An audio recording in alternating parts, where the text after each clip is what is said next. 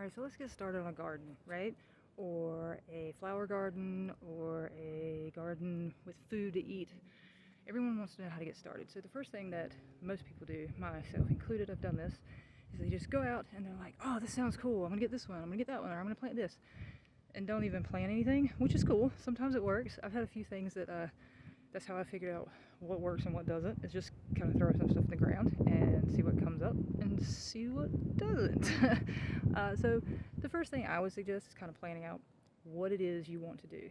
Do you want to eat what you're planting, or do you want it to be a decorative garden, or do you want to have hummingbirds? What is the purpose of the garden? So that would be the first thing. In my case, all of the above. So you would write down, I made a list of everything that my family eats and what I can make teas out of, and what I can do with different herbs, because my husband likes to cook, and also different things that would attract honeybees, because I plan on doing that later on in the summer, as well as hummingbirds. So I've written down this list, as you can see. That would be the first thing to do, because if you are going to plant a garden that you want to eat out of, but you're keto diet does not allow for potatoes, so why would you plant potatoes? It's going to kind of be a waste of your time, and you're not going to look forward to it, and it's going to be more of a chore instead of something that is going to benefit you, that you want to do. So that's the first thing you do, is figure out what you want to do and what fits into that plan. From there, you have to figure out what those plants need. So we're going to figure out how to see what our zone is, because according to our zone, the USDA zoning map, we have different planting seasons, and we also need to figure out where in our yard or where we're going to plant this stuff at, because different plants need different sun and water needs as well as soil needs. So that'll be the next thing we go to. After you make your list, let's check and see what our zones are. The first thing to do is to start with what you like, what you're going to use. All right. The next thing you're going to do is, once you've figured out on that list of stuff what you're going to do, you need to know your zone, know your season. So you can put your address, or however you want to do it, on Google, how to find my planting zone. And I'm in the United States, so I would do mine by zip code. We have the USDA Plant Hardiness Zone Map, which is going to give you all of the things that you need to know about when you can start planting where in the United States.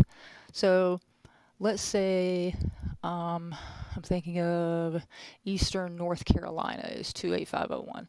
If I put that 28501 zip code in there, it's going to tell me where my hardiness zones are. So that's 8B, 8A as of 2012, and then they've changed a lot of the zones. 2023, I think they redid some of the zones, so it's 8B now, which means 8B is what you're looking at for the hardiness of the different plants or seeds that you want to use. So with 8B, I'm now going to, again, search for when can I start planting in zone 8B.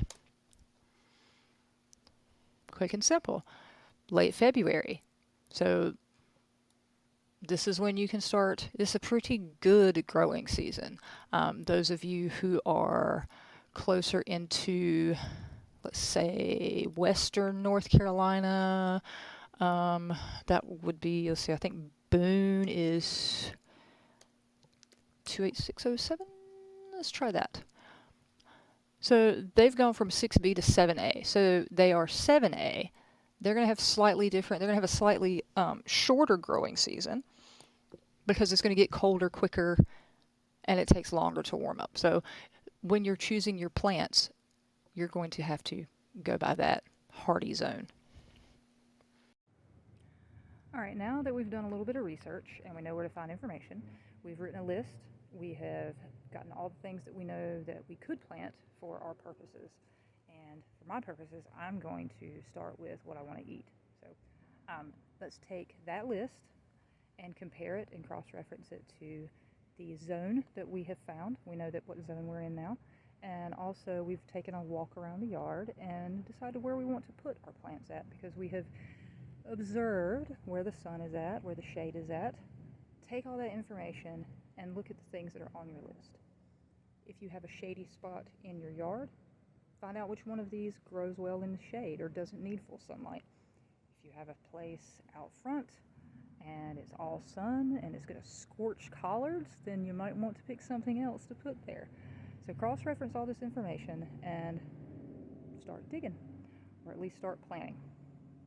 And I will see you in the next video when we talk about whether you want to do seeds or plants, the advantages and disadvantages of each one, and where to get those at different places. So see you then.